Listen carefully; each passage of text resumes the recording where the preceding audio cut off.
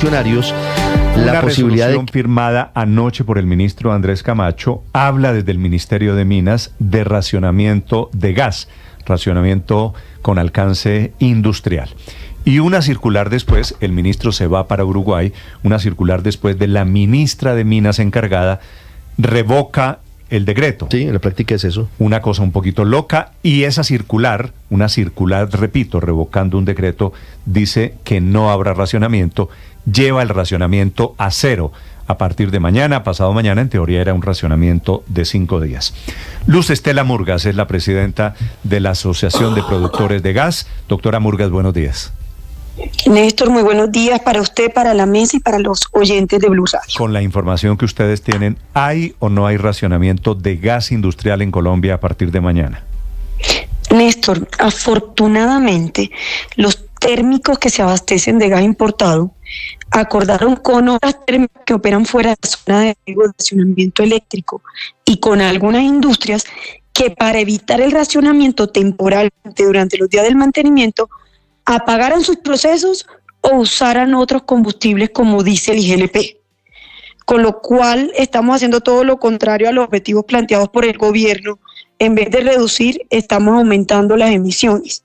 Entonces no va a haber racionamiento por los acuerdos voluntarios entre térmicos e industrias y a costa de aumentar las emisiones durante estos 5 días, Néstor.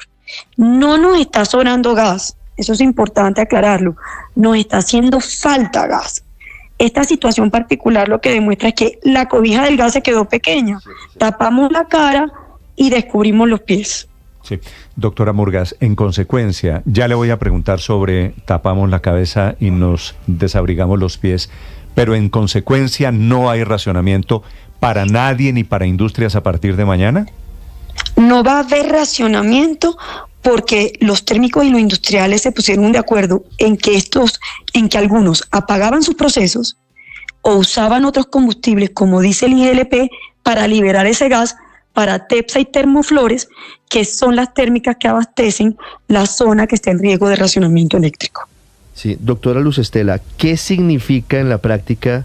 No sé si tenga algún efecto el hecho de que TEPSA, por ejemplo, haya logrado acuerdos con Celsia y Celsia deje de operar Tesorito y Meriléctrica, por ejemplo, que son térmicas que quedan, según tengo entendido, en la costa Caribe, pero no forman parte del mismo circuito, para suministrar el gas a las térmicas que sí lo necesitan durante esta coyuntura. ¿Eso tiene algún efecto para alguna población en Colombia o se podría pasar este mantenimiento de la planta SPEC sin que haya dificultades para algunos habitantes del país? Bueno, entonces, ayer también salió, con ocasión de la resolución de racionamiento programado, una resolución de la CREC en la que incentiva para que otras plantas térmicas que tienen cargos por confiabilidad con respaldo de gas natural puedan liberar ese gas, lo pusieran a disposición de TEPSA y termoflores sin que eso les generara algún tipo de sanción. Eso es lo que motiva a que Tesorito, que está en la costa, y Meriléctrica, que está en el interior, dejen de operar para cederle ese gas a las dos plantas térmicas que están dentro de la zona Caribe 2, que es donde hay riesgo de racionamiento eléctrico. Esa resolución de la CREC se expide con fundamento en la resolución de racionamiento programado. Y hoy, como bien lo anunció Néstor, la misma resolución señala que a través de circular se definirán las cantidades que se racionarán. Por eso es que hoy la ministra encargada expide la circular señalando que las cantidades son ceros, porque los térmicos ya de manera voluntaria acordaron quiénes no iban a operar o qué industriales iban a utilizar diésel o GLP para operar, de manera tal que se pudiera contar con el gas que necesitan para poder generar, digamos, confiabilidad en la prestación del servicio de energía, principalmente en el Atlántico.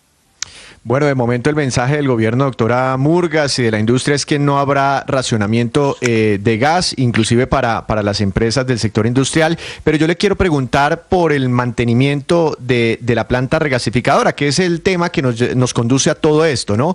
Dicen que será un mantenimiento de 5 días y que es un mantenimiento recurrente que se hace cada año o cada 2 años.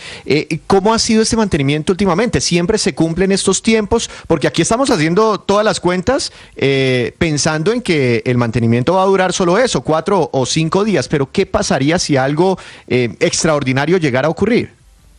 Así es, estamos en el filo de la navaja. Aquí la realidad detrás de todo esto es que hay un déficit de gas natural local y eso es una realidad. Este mantenimiento que es preventivo se programó de manera anticipada, asumiendo que en este periodo del año íbamos a contar con lluvias suficientes.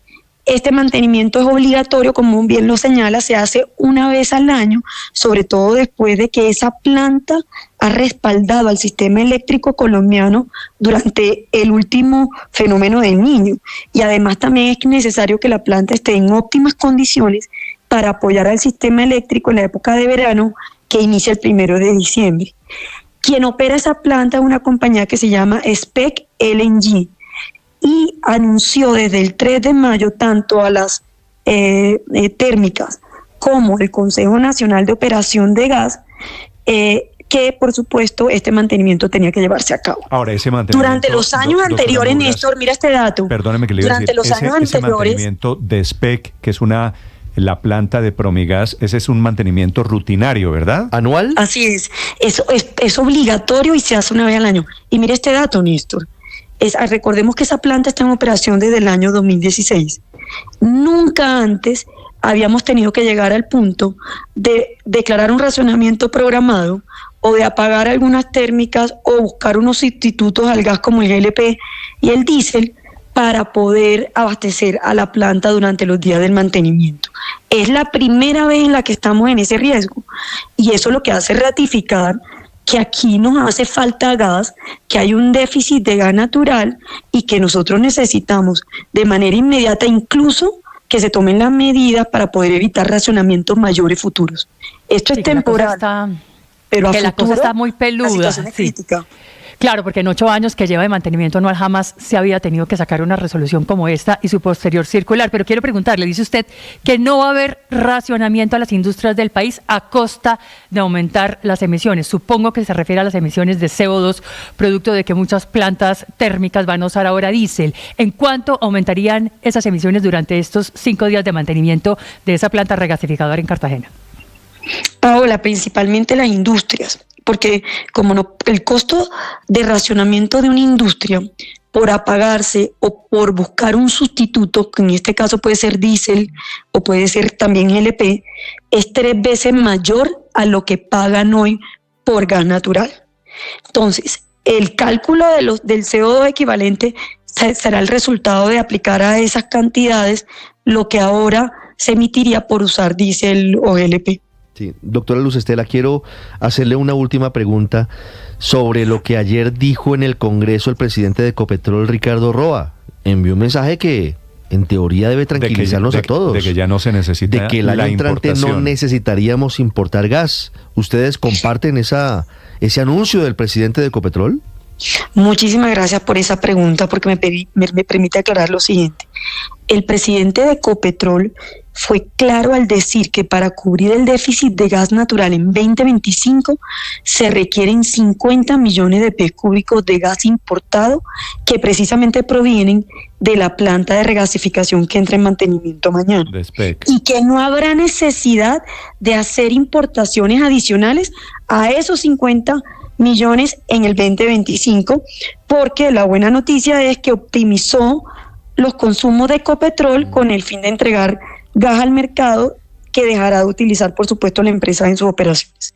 Pero sí hay que importar gas natural hasta los 50 millones de pies cúbicos que tiene disponible la planta hoy para abastecer el resto de la demanda no térmica.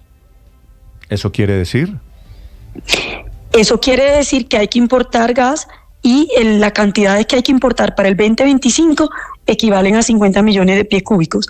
Más allá de esas cantidades, dice el presidente de Ecopetrol, no hay necesidad de importar, pero además, entre otras, Néstor, porque la planta no tiene más capacidad de esos 50 para abastecer el resto de la demanda. Ecopetrol va, pues en la práctica, a racionalizar su uso, su consumo de gas natural para poder cumplir con las metas de consumo del resto del país. Él habló de optimizar los consumos, sí, y eso liberaría gas para entregarlo al mercado. Aquí hay un tema importante que vale la pena resaltar. Como sí nos toca utilizar gas importado para cubrir los faltantes de gas el próximo año, se requiere con urgencia que se firme y que se adopte el decreto que habilita la comercialización de ese gas importado para atender la demanda esencial que la conforman hogares, comercios y vehículos, y para atender la demanda industrial. Porque ese decreto es el único que permitiría homologar las condiciones con las que se compra el gas en el mercado internacional con las condiciones que exige la CREC para vender el gas en el mercado local. Okay. De lo contrario, las térmicas, que son las que van a vendernos ese gas importado, no van a asumir ningún riesgo, o de asumirlo, les va a tocar suscribir coberturas para poder vendernos ese gas con las condiciones que exige la CREC, que son distintas a las que me exigen al momento de la venta en el mercado internacional. Y eso, por supuesto, incrementaría aún más el precio del gas importado. Bueno, eso ya será un tema del año entrante. Doctora Murgas, gracias por acompañarnos esta mañana. Gracias por estos minutos y por la explicación. A ustedes muchísimas gracias por el interés en estos temas. Gracias. Víctor